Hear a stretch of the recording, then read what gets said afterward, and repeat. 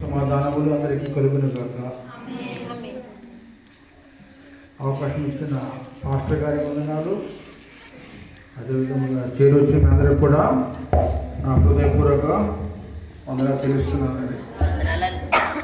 మరి పాస్టర్ గారు మరి సెమీ క్రిస్మస్ అని చెప్పి గత వారం అందరికి కూడా ఆయన చెప్పి ఉన్నారు. మరి సండే స్కూల్ పిల్లలు అంటే మన పిల్లల యొక్క ఆనందం ఉత్సాహం గత వారం నుంచి చూస్తూ ఉన్నాను. చాలా ఆసక్తిగా ఆనందముగా వాళ్ళు ప్రిపేర్ అయ్యి వచ్చారు, కానీ సమయానికి పెద్దవారమైన మనం రాలేకపోయాం. కనుక సమయాన్ని పాటిస్తే ఇది క్రిస్మస్ మాసం కదా, డిసెంబర్ అంటే చలి. మరి పిల్లలు ఎంతో ఉత్సాహంగా వారు స్కిట్స్ కానీ లేకపోతే పాటలు పాడని చెప్పి ఎంతో ప్రిపేర్ అయ్యారు. ఆ టైంకి ఆలస్యం మీద ఏమవుతుందమ్మా, మనకైనా ఆలోచనలు వస్తాయి కదా. అదేవిధంగా మరి పిల్లలకు కూడా మరి ఆట కలగకుండా పెద్దవారు సమయాన్ని పాటిస్తే మనకి మంచిది, మన పిల్లలకి మంచిది. కనుక ఈ విషయాన్ని గుర్తుపెట్టుకోవాలని ఆశిస్తున్నాను. ఏదేమైనప్పటికీ కూడా మరి దేవుడు గత క్రిస్మస్ నుండి ఈ క్రిస్మస్ అంటే 2020 నుండి 21 క్రిస్మస్ వరకు మనల్ని సజీవము వచ్చిన దేవుడు. ఏంటంటే మనం ప్రతి సంవత్సరము క్రిస్మస్ వేడుకను మరి సంతోషంగా జరిపించుకుంటున్నాం, ఆనందపడుతున్నాం. ఇది ఒక వేడుకగా చేసేవారు ఉన్నారు, పండగగా కూడా ఆచరించేవారు ఉన్నారు, నిజమైన క్రిస్మస్గా ఆచరించేవారు కూడా ఉన్నారు. మరి 2019 క్రిస్మస్కి 2020 క్రిస్మస్కి ఈరోజు క్రిస్మస్కి తేడా ఉందంటారా? చాలా చాలా తేడా ఉంది. గత క్రిస్మస్లో పాల్గొన్న అంటే గత క్రిస్మస్ నేను చూసిన ఎందరో క్రైస్తవులు, గొప్ప గొప్ప సువార్థికులు, పాస్టర్స్ అమ్మా, గత సంవత్సరం అంటే మొదటి కరోనా కంటే రెండవ సారి వచ్చిన కరోనాలో తూర్పుగోదావరి జిల్లా, నేను మొత్తం రాష్ట్రం గురించి మాట్లాడలేదు, తూర్పుగోదావరి జిల్లాలో 240 మంది పాస్టర్స్ చనిపోయారు అమ్మా. 240 మంది పాస్టర్లు, పేరు పొందిన పాస్టర్లు, 1000 కంటే ఎక్కువ ఉన్న సభ్యుల సంఘము. మరి విశాఖపట్నంలో పేరు పొందిన పాస్టర్ గారు, ఆయన భార్య ఒకరోజు చనిపోయారు.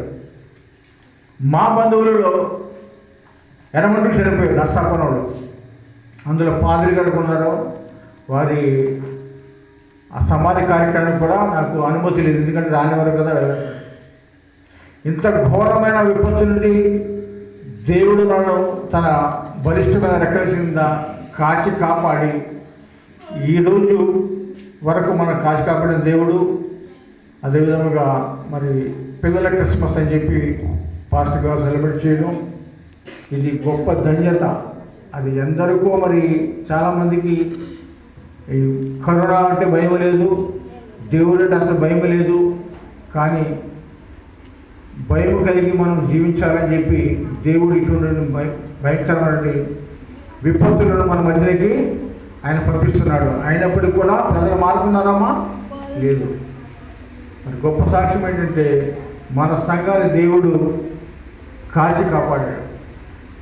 మన సంఘ బిడ్డలు మరి ఉద్యోగరీత్యా మరి ఇతర ప్రాంతాలకు వెళ్తున్నప్పటికీ కూడా మరి దేవుడు ఎటువంటి శోధన విపత్తు ఏ బాధ కలగకుండా మన సంఘాన్ని, మన సంఘ బిడ్డల్ని కాచి కాపాడిన దేవుడు. సంఘ కాపురిగా ఆయన చేస్తున్న ప్రార్థనలు, విజ్ఞాపనలు, ఆయన ఉదయకాలము 4:30కి ఆయన చేసే ఆలాపన అమ్మా. ప్రార్థన అంటే ఏంటి? ఆయన ప్రార్థనలో ఆయన ప్రార్థన వల్ల మీకు క్షేమాన్ని కాదు, మీ తరపున ఆయన దేవుడికి విజ్ఞాపన చేస్తున్నాడు. ఏంటమ్మా? మధ్యవర్తి. పాదిరి గారు అంటే మధ్యవర్తి. ఎవరికి?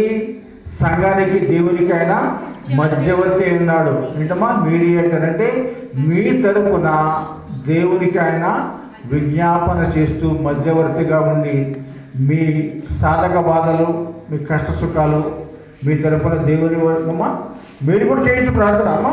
ప్రార్థన మీరు కూడా వ్యక్తిగత ప్రార్థన చేయొచ్చు, ఏకాంత ప్రార్థన చేయొచ్చు, గుంపుగా చేయొచ్చు. కానీ సంఘము తరపున ఆయన ప్రార్థన చేస్తున్నాడు. ఆయన ప్రార్థనలు, మీ ప్రార్థనలు, అందరి ప్రార్థన దేవుడు విని నేటి వరకు మనలను సజీవంగా ఇచ్చిన దేవునికి మనము కృతజ్ఞతాస్తుతులు చెల్లించేవారముగా ఉండాలి. అలాగే మరి పురుషుడు కూడా ఆ సమయాన్ని హాజరైతే బాగుందని చెప్పి నేను ఆశపడుతున్నాను. కనుక ఈ రోజు కొరకు ఏర్పాటు చేయబడిన వాక్య భాగము లూకా సువార్త 2వ అధ్యాయము 1 నుండి 14 వచనాలు. మైక్ తీసుకుని చదవండి. మైక్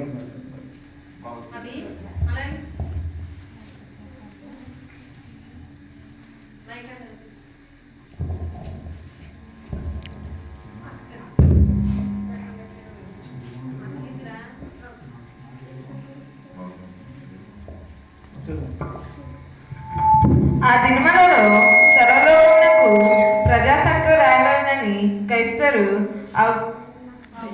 ఔగుస్తుల వలన ఆజ్ఞ ఆయను. ఇది కురియనియ సిరియా దేశమునకు అధిపతి అయి ఉన్నప్పుడు జరిగిన మొదటి ప్రజాసంఖ్య. అందరూ ఆ సంఖ్యలో రాయబడుటకు తమ తమ పట్టణమునకు వెళ్ళిరి. యోసేపు దావీదు వంశంలోను గోత్రములోను పుట్టినవాడు గనుక తనకు భార్యగా ప్రదానం చేయబడి గర్భవతి అయిన మరియాతో కూడా ఆ సంఖ్యలో రాయబడుటకు గలిలయలోని నజరేతు నుండి యూదయలోని బెత్లెహేము అనబడిన దావీదు ఊరికి వెళ్ళెను. వారు అక్కడున్నప్పుడు ఆమె ప్రసవ దినములు నిండెను గనుక తన తొలిచూలు కుమారుని కని పొట్టుగుడ్డలతో చుట్టి సత్రములలో వారికి స్థలము లేనందున ఆయన పశువుల తొట్టిలో పరుండబెట్టెను. ఆ దేశంలో కొందరు గొర్రెల కాపరులు పొలంలో ఉండి రాత్రి వేళ తమ మందను కాచుకొనుచుండగా ప్రభుదూత వారి యొద్దకు వచ్చి నిలిచెను. ప్రభు మహిమ వారి చుట్టూ ప్రకాశించినందున వారు మిక్కులు భయపడిరి. అయితే ఆ దూత భయపడుకుడి, ఇదిగో ప్రజలందరికీ కలుగబోవు మహా సంతోషకరమైన శుభవర్తమానము నేను మీకు తెలియజేస్తున్నాను. దావీదు పట్టణమందు నేడు రక్షకుడు మీ కొరకు పుట్టి ఉన్నాడు. ఈయనే ప్రభు అయిన యేసుక్రీస్తు. దానికి ఇదే మీ కానవాలు. ఒక శిశువు పొట్టుగుడ్డలతో చుట్టబడి ఒక తొట్టులో పండుకొని ఉండుట మీరు చూచెదరని వారితో చెప్పెను. వెంటనే పరలోక సైన్య సమూహము ఆ దూతతో కూడా నుండి సర్వోన్నతమైన స్థలములలో దేవునికి మహిమయు ఆయనకిష్టులైన మనుషులకు భూమి మీద సమాధానము కలుగునుగాక అని దేవుని స్తోత్రం చేయుచుండెను. స్తోత్రం. ఇక్కడ భక్తుడైన లోకా గారు వైద్యుడు, ఆయన జరిగిన దానిని కాలము మరియు ఆ సమయంలో ఉన్న స్థితిగతులు, ఆ సమయంలో ఉన్న రాజు, అంటే నేను వ్రాసే మాటలు అబద్ధము కాదు, నేను కన్నవాటిని విన్నవాటిని చూసి తరచి నేను రాస్తున్న మాటలు ఏమి అనగా, ఆ దినములలో సర్వలోకమునకు ప్రజాసంఖ్య రాయవలనని కైసరు ఔగుస్తు వలన. ఇది గ్రీకు పదం, రోమన్స్, అంటే ఇంగ్లీష్లో సీజర్ అగస్టస్. ఏంటమ్మా? Caesar Augustus. అలాగే మనం పొంతు పిలాతు అన్నాం కదా, పోంటియస్ పైలట్. ఏంటి? పోంటియస్ పైలట్ అంటే ఎన్ని కూడా అంటే ఆ దినములలో సీజర్ అగస్ట్ అనే ఒక ఎంపీరియల్ అంటే చక్రవర్తి పరిపాలనలో రాయబడిన ప్రజా సంఖ్య. అర్థం కదమ్మా?